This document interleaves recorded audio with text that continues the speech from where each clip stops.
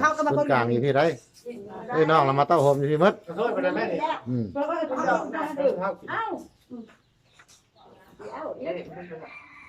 อันนี้เป็นลูกร้านไม่นายแวนเนาะลูกร้านไม่นายแวนเด้อ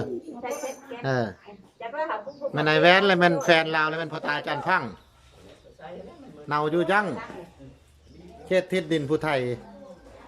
ดินแดนศรีวิไลบ้านละห้าน้ำลูกสาวกบไม่นายแวนเลยประเสริฐเลิศล่ำซื้อไว้ไม่นายฟองไม่นายนุ๊กแก้วเด้อไม่นายฟองผู้ที่สองทองสิงต่อกระดิ่งไม่นายทองสิงมันแม่ของไม่นายนุ๊กเพ่งเด้อไม่นายเพ่งไม่นายทอนลาไม่นายค่อยเด้อเพียงเพียงกันท้าอะไรไปโบสถ์อยู่วัดพุ่นแล้วก็มีวัดท้าเนาะมีบาไซอันนี้มาเต้าโลมกันที่นี่เนาะมาเยี่ยมมายามกันทางเมิดแล้วมันเล่นของไม่นายโบเนาะเล่นของไม่นายโบรับคณะพ่อตาจันโฮเนาะแม่นายโบเลยเป็นแม่นายทวดข่อยสามีชื่อจันโฮลูกน้ำกัน6 คนชื่อพ่อตาท่องค่ายผู้ที่1นะพ่อตาท่องค่ายผู้ที่2แม่นายแวนพ่อตาจันว่องแม่นายสุนันท์แม่นายปัญจาพร้อมพ่อตาจันจอมน้องไส้หลาหมูคอยเป็นเล้นเป็นล้านเป็นยังจังหู้มีผู้แต้มขีดเขียนไว้หน้าเนาะให้ตัวเป็นตู้ได้ให้ตัวนัดตู้ชื่อได้คอยนะเซฟออเดอร์พี่น้องสั่งไว้เนาะเง่าก่อ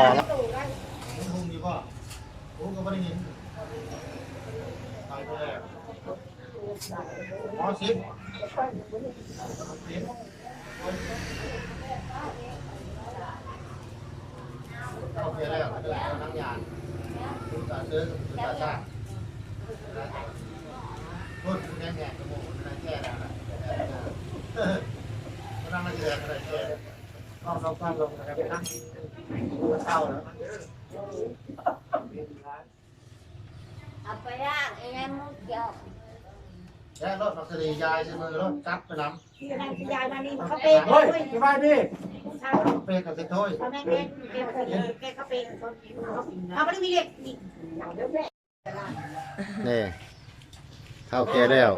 เท้านี่แหละเป็นว่าโคมสลาใครสิเก่งบ่ได้กับบุสู้โคมสลาบุชนะโคมสลา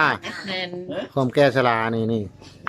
ป้าสมศรีนี่ก็แข็งแรงชุดตะกี้ห้าผืนห้ามยังต้องแดงอยู่โอ้ยไก่ว่าเข้าแก่มาแล้วเดี๋ยวนี้เอ็ดยังบ่ได้แล้วคาดหน้าบุญชุดตะพังเบิ่งละปิดเขามาหอดทำไมเบิ่งละอันชอบทำไมเบิ่งละชอบเดี๋ยวนี้รถมันน้องน้ำใส่ปากก็บ่ยังหอดเต้งกลางไปแม่ไปเลิกเครื่องนั่นเต้งกินข้าวเป๊กก่อนบ่กินข้าวเป๊กก่อนเด้อตั้งพอจุ๊บนะพี่น้องมายามกันเนาะ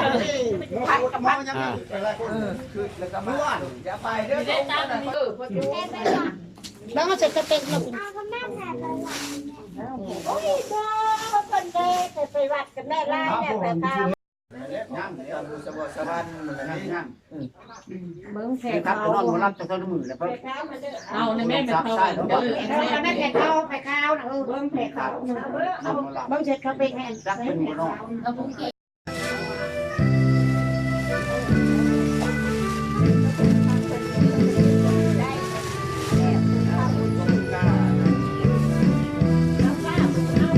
ท่านจะนับเดือนนับดาวบ่มีใครว่าท่านจะกินปลากินไก่หรือกินกุ้งเผาท่านจะดื่มเบียร์ดื่มไวน์หรือจะดื่มเหล้าก็อย่าได้เมาจนลืมตัวผู้เสียเวียกงานเมื่อตอนกลับบ้านความปลอดภัยเสร็จไว้ซะก่อนย่านจะเดือดร้อนครอบครัวผู้อยู่เบื้องหลังขับรถให้ดีอย่าสู่ขับแซงสู่ฟ้าสู่ฟังขอยานได้นั่งเป็นเจ้าสายที่สื่อนิทราเสียงเตือนมาหมู่เพื่อนนั่นนาอย่าได้ว่าคอยผู้สาวสำน้อยอย่าซิ่งแล่นรถไวลา อุบัติเหตุในแต่ละแล้วบัดนี้จัดได้พันละเรื่องเมืองเล่าเฮาน้ำท่วมใหญ่แขวงสอนนักเทศใส่ผู้ไทยบ้านนี่แม่เฮาวันสิขอเก่าเบาเนาะเก่าเบาสิเล่าเรื่องที่เป็นมานี่แล้วบ้านละหาเมืองสองคอนบ้านที่เฮาเนาะเพื่อยังฟังในใจเนาะนักแน่นขอเป็นแฟนได้ติดทำล้ำที่จะปากตันว่าขานเอื่นโมตาซาทั้งคนนุ่งเล็กปากทั้งหน่อยนุ่มเนาะซึ่งสาวนี่แล้วตกทั้งเขา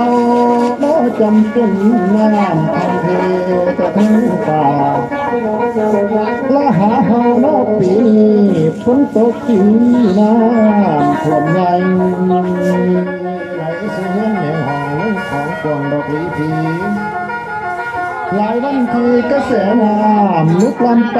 ตั้งหลายกองเมืองสองคอนหลายหมู่บ้านที่จมพื้นแม่นาทีท่วมไปหลายเนาะพื้นที่ทางแก่งกอกเมืองจำพรพุ่นแล้วหากได้ลงไปยามเยียมเอาของขึ้นไปแจกจางหลายภาคส่วนก็คำพรคือดาวหลอนดอกไม้เดือนถ้าหันเฮาก็ออกเคลื่อนไปส่วนซอยป่าซาสนแล้วหายกู้ภัยก็คือกันพวกปล่อยสิวตะลุยน้ำยามว่ามีเราไปพรบอกคือจนจากทางทั้งพ่อแม่เด้อพี่น้องอย่าหวังเศร้าเก่าสียังบ่หมดทอนี้เนาะทอนี้การส่วนซอยประสบภัยแล้วทางกระทรวงให้งานพรเสหอเนาะสาวไทยอย่าได้นอนให้อย่าเสียใจให้สู้ต่อความแห้งกันเด้อละพอขอย่อมือนกใจเก่า